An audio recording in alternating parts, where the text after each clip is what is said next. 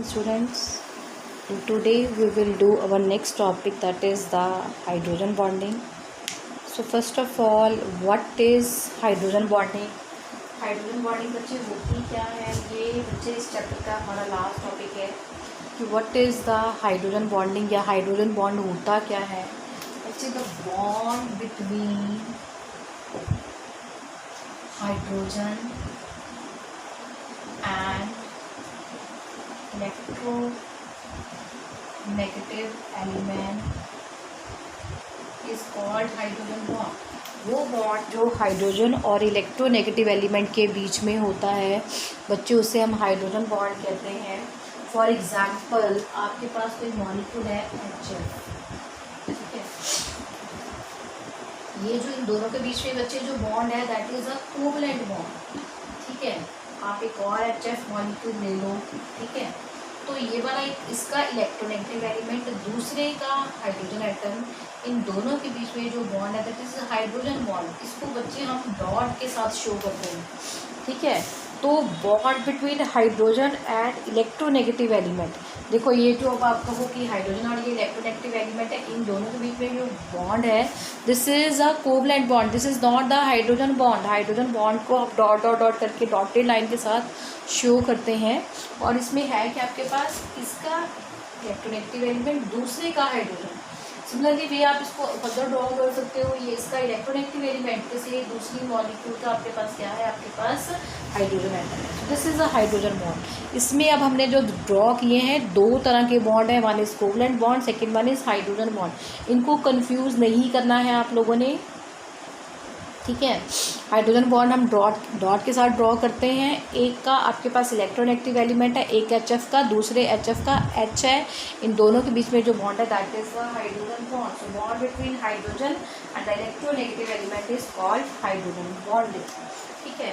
अब hydrogen bonding के लिए बच्चे आपके पास कंडीशंस होती हैं कि हाइड्रोजन बॉन्डिंग कब बन सकती है. आपके पास इसके लिए कंडीशंस होती हैं हाइड्रोजन बॉन्डिंग के लिए. तो बेसिकली दो कंडीशंस होती हैं हाइड्रोजन बॉन्डिंग के लिए. नंबर वन, जो सेकेंड एलिमेंट है, द एलिमेंट जिसके साथ हाइड्रोजन बॉन्ड बना रहा है, द एलिमेंट शुड बी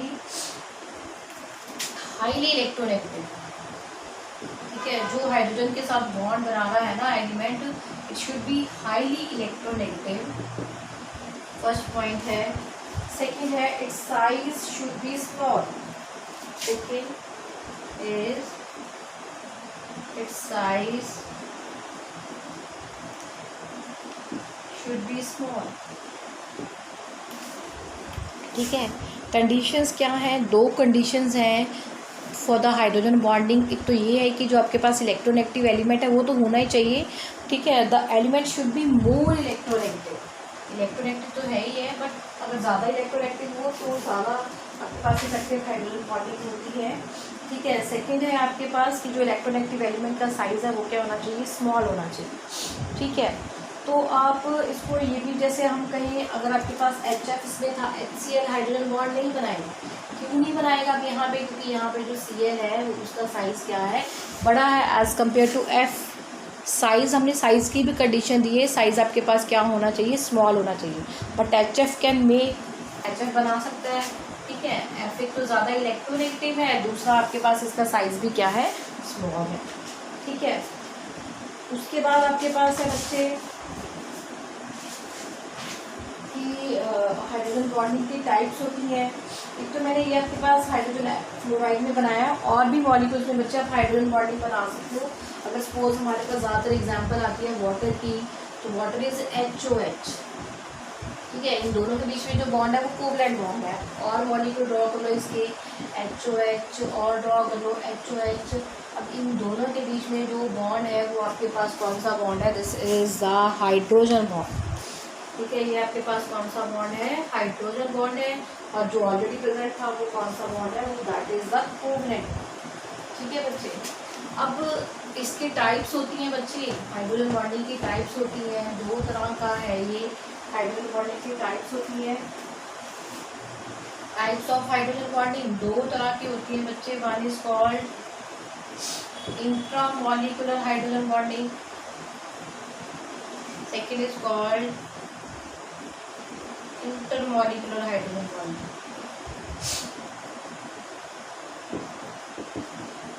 ठीक है, दो तरह की हाइड्रोजन बॉन्डिंग होती है, one is called intermolecular hydrogen bonding and second one is called intramolecular hydrogen bonding. एक इंटरमॉलिक्यूलर होती है, एक इंट्रा होती है। इंट्रा मतलब जैसे आपके पास बच्चे कोई इंटर हाउस कॉम्पिटिशन होता है, इंटर हाउस कॉम्पिटिशन मतलब दो अलग अलग हाउसेज में कॉम्पिटिशन हो रहा है।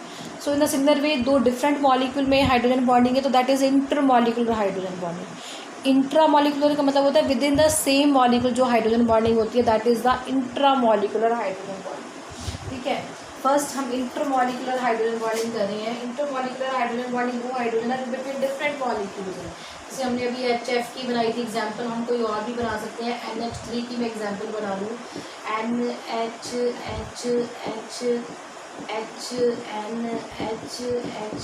तो ये डिफरेंट मॉलिक्यूल्स में हो रही है, that is the intermolecular hydrogen bonding. और जो with in the same molecule होती है उसे हम क्या कहते हैं, इंट्रामॉलिक्यूलर हाइड्रोजन बॉन्डिंग। जैसे कि आपके पास एग्जांपल है आपके पास ऑर्थोनाइट्रोफिनोल की, ऑर्थोनाइट्रोफिनोल। ठीक है, इसकी एग्जांपल है आपके पास ऑर्थोनाइट्रोफिनोल। ठीक है, अब ऑर्थोनाइट्रोफिनोल की फिगर आपके पास क्या है, फिनोल क्या होता है, बेंजीन रिंग के ऊपर जब हम बच्चे OH बनाते हैं दैट इज कॉल्ड फिनोल। अब सेकंड आपके पास यहाँ पे और कौन सा ग्रुप है, सेकंड आपके पास यहाँ पे है नाइट्रो ग्रुप। ठीक है, नाइट्रोफिनोल है, तो यहाँ पे सेकंड आपके पास क्या बन जाएगा, यहाँ पे आपके पास बन जाएगा यहाँ पे nitro group. So this is orthonitrophenol. देखो एक चीज़ आपने याद रखनी है, ऑर्थो पोजीशन क्या होती है, जहाँ भी आपके पास बेंजीन रिंग में आप ग्रुप लगा दोगे, सपोज मैं यहाँ पे लगा दूँ आपने, ठीक है, ग्रुप लगाया, ग्रुप के बिल्कुल साथ वाली पोजीशन होती है ऑर्थो पोजीशन, उससे नेक्स्ट वाली होती है मेटा पोजीशन, उससे नेक्स्ट वाली होती है पैरा पोजीशन। अब ये ग्रुप लगा है, इसके बिल्कुल साथ वाली ऑर्थो, नेक्स्ट क्या है, मेटा है, नेक्स्ट क्या है, पैरा है। ठीक है, तो जहाँ भी ग्रुप लगा है उसके बिल्कुल साथ वाली ऑर्थो होती है, उसके नेक्स्ट वाली मेटा, उससे नेक्स्ट वाली क्या होती है, पैरा होती है। अब यहाँ पे जैसे मैंने यहाँ पे ग्रुप लगाया तो इसके साथ वाली ये हो गया ऑर्थो पोजीशन इसकी। ठीक है, बिल्कुल जिस भी पोजीशन पे आप लगा दोगे, जिस भी पोजीशन पे, अगर मैं यहाँ पे चेंज कर दूँ, यहाँ पे ग्रुप लगा दूँ, नेक्स्ट वाली ऑर्थो, फिर मेटा, फिर पैरा, यहाँ पे ऑर्थो मेटा। ठीक है, तो जिस जहाँ भी पोजीशन पे आप ग्रुप लगाओगे तो that will be ortho Meta para. आप इसको सिंपली उरे, परे और बीच वाला मरे, पास वाला को उरे बोलते हैं, दूर वाले को परे बोलते हैं, और जो मिड में फंसे है उसे हम क्या बोलते हैं, मरे। ठीक है, तो अब यहाँ पे हम ड्रॉ कर सकते हैं, ये तो मैंने ड्रॉ किया है कि ऑर्थोनाइट्रोफिनोल में किस तरह से हम शो कर सकते हैं आपके पास हाइड्रोजन बॉन्डिंग। ऑर्थोनाइट्रोफिनोल की आप फिगर ड्रॉ करो, आपके पास मैंने कौन सी ड्रॉ की थी, OH है आपके पास, OH। ठीक है, नाइट्रो ग्रुप के अगर हम बात करें, nitro group is N double bond O, और साथ में ये एक कोऑर्डिनेट बॉन्ड भी बनाते हैं। तो ये जो कोऑर्डिनेट बॉन्ड है और इस ऑक्सीजन के साथ इनके बीच में जो बॉन्ड होता है that is the hydrogen bond. तो ये क्योंकि with in the same molecule हो रही है, एक ही मॉलिक्यूल है जिसमें H ग्रुप भी है, एक ही मॉलिक्यूल है जिसमें इलेक्ट्रोनेगेटिव एलिमेंट यहाँ पे ऑक्सीजन भी है, तो इनके साथ इसका बॉन्ड बन रहा है, this is intramolecular hydrogen bonding. ठीक है बच्चे, अब हाइड्रोजन बॉन्डिंग से होता क्या है, what are the effects of intramolecular, मतलब within the same molecule जो होती है बॉन्डिंग दैट इज इंट्रा, अलग अलग मॉलिक्यूल्स में होती है उसे हम इंटरमॉलिक्यूलर कहते हैं। अब हाइड्रोजन बॉन्डिंग से बच्चे होता क्या क्या है, हाइड्रोजन बॉन्डिंग से इफेक्ट क्या क्या करता है वो हम पढ़ने जा रहे हैं। Effects of hydrogen bonding, next effects of hydrogen bonding, effects of hydrogen bonding. ठीक है, फर्स्ट है हाइड्रोजन बॉन्डिंग से बहुत ज़्यादा इफेक्ट पड़ता है। हाइड्रोजन बॉन्डिंग से नंबर फर्स्ट है एसोसिएशन।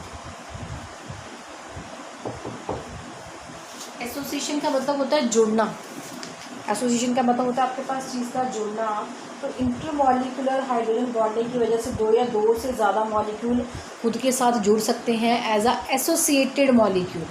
ठीक है, because of the intermolecular hydrogen bonding, molecule खुद के साथ जुड़ सकते हैं, जैसे कि आपके पास है RCOH मॉलिक्यूल। ठीक है, तो इन मॉलिक्यूल्स ये आपके पास, आप आर ग्रुप कोई भी ले सकते हो, जैसे कि आप एस्टिक एसिड ले लो या कोई भी और एसिड ले सकते हो, ठीक है। तो ये because of the intramolecular hydrogen bonding, तो ये मॉलिक्यूल एसोसिएटेड मॉलिक्यूल की तरह एग्जिस्ट करता है, ठीक है। तो आपके पास है यहाँ पे C double bond O, similarly molecule मैंने यही वाला सेम बनाया है, ओ एच, ठीक है।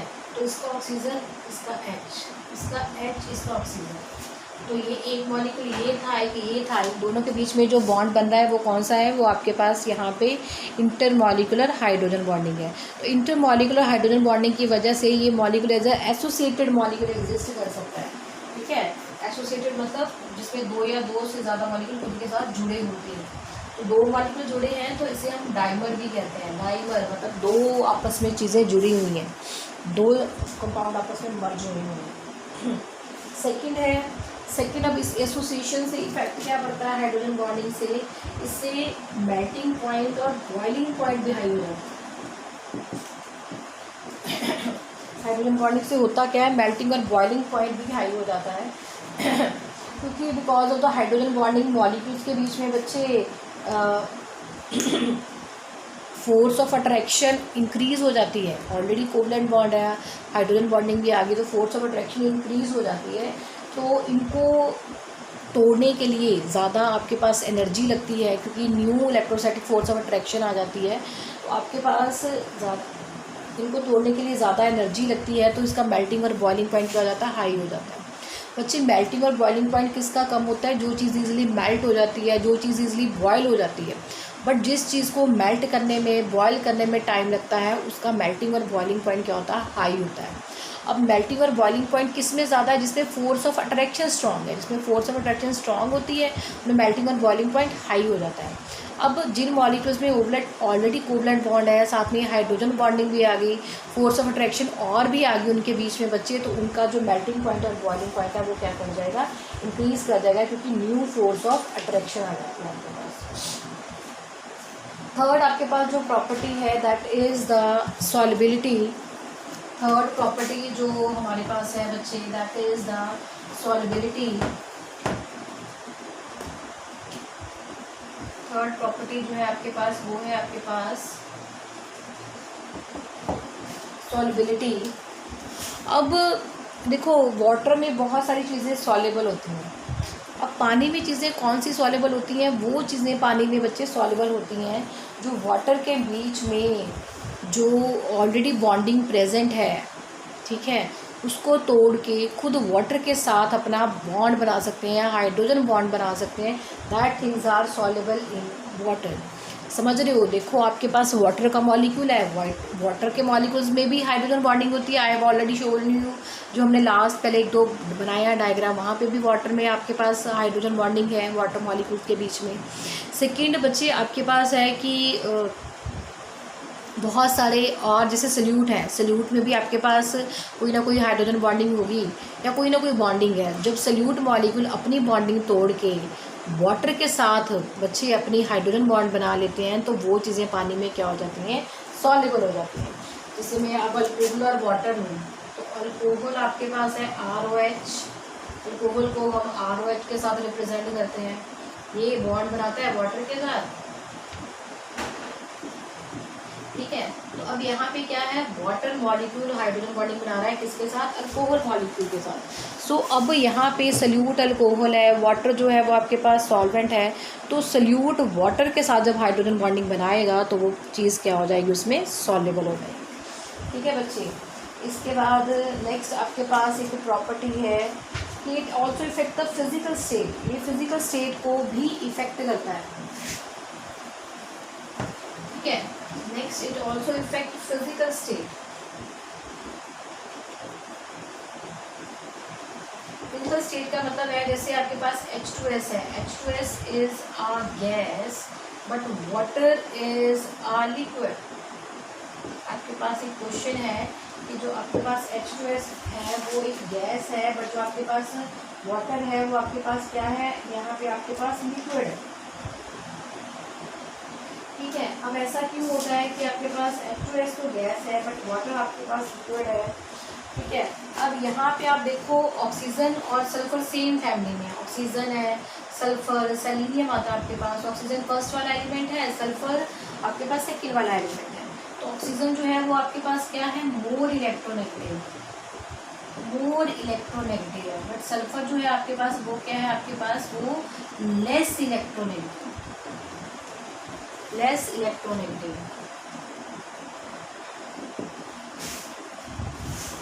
ऑक्सीजन जो है वो आपके पास मोर इलेक्ट्रोनेगेटिव है, सल्फर आपके पास क्या है, वो लेस इलेक्ट्रोनेगेटिव है। दोनों सेम ग्रुप में है, सल्फर जो है वो ऑक्सीजन के बाद में आता है। ठीक है, तो H2S में आपके पास इलेक्ट्रोनेगेटिविटी आपके पास क्या है, लेस है सल्फर में। तो एज अ रिजल्ट अब ऑक्सीजन में इलेक्ट्रोनेगेटिविटी ज़्यादा है तो वो क्या बना सकता है, हाइड्रोजन बॉन्ड बना सकता है। तो वाटर मॉलिक्यूल आपस में वहाँ पे जुड़ जाएंगे, तो जिसकी वजह से वाटर का बॉइलिंग पॉइंट क्या हो जाएगा, राइज हो जाएगा। ठीक है, तो वाटर तो therefore it exists as a liquid at room temperature। और जब हम H2S की बात करें तो वहाँ पे आपके पास इलेक्ट्रोनेगेटिविटी का डिफरेंस जो है वो लेस है, क्योंकि सल्फर इज लेस इलेक्ट्रोनेगेटिव। तो इसकी वजह से इसमें हाइड्रोजन बॉन्डिंग क्या होती है, ऑलमोस्ट नेग्लिजिबल होती है। ठीक है, as a result hydrogen molecule associate नहीं करते हैं and it exist as a gas at room temperature. Simple way पे आप ये कह सकते हो कि H2S गैस क्यों है, वाटर लिक्विड क्यों है, this is because of the presence of hydrogen bonding in water but the absence of hydrogen bonding in H2S। ऐसा क्यों है, क्योंकि ऑक्सीजन इज मोर इलेक्ट्रोनेगेटिव, ये हाइड्रोजन बॉन्डिंग बना सकता है, मॉलिक्यूल आपस में जुड़ेंगे। ठीक है, तो जिसकी वजह से वाटर का बॉइलिंग पॉइंट राइज हो जाएगा and it will exist as a liquid. But जब आपके पास हाइड्रोजन बॉन्डिंग H2S में है ही नहीं, मॉलिक्यूल्स एसोसिएटेड नहीं होंगे, तो it will exist as a gas at solid at room temperature. So this is all about this hydrogen bonding.